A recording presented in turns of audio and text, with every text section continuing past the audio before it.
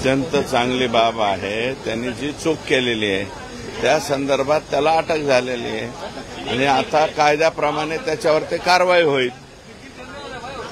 पंकज मुंडे यांनी असं म्हटलंय का मुलाखतीत नाही, मात्र एक मिनिट याला सोडून गेलं पहिल्यांदा.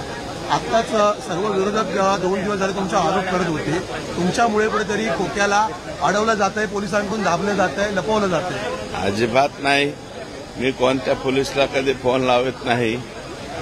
त्याला अटक करा म्हणलं तर मी स्पष्टपणे माझ्या मुलाखतीत म्हणलं ना, त्यांनी जे चूक केली असेल त्याच्यावर कारवाई करा.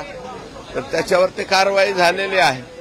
आता तो आता अटक झालेली आहे त्याच्यावरती पोलीस जे काही कलम लागलेले आहेत त्या कलमाप्रमाणे कारवाई करेल. पंकजा मुंडेंनी एका मुलाखतीत म्हटलंय की पक्षश्रेष्ठींनी फडणवीसांनी सुरेश धस यांना समज द्यावी.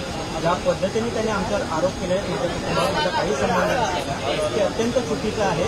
सुरेश धस हे सगळीकडे कॅमेरा घेऊन जात होते, मात्र धनंजय मुंडे यांची भेट घ्यायला ते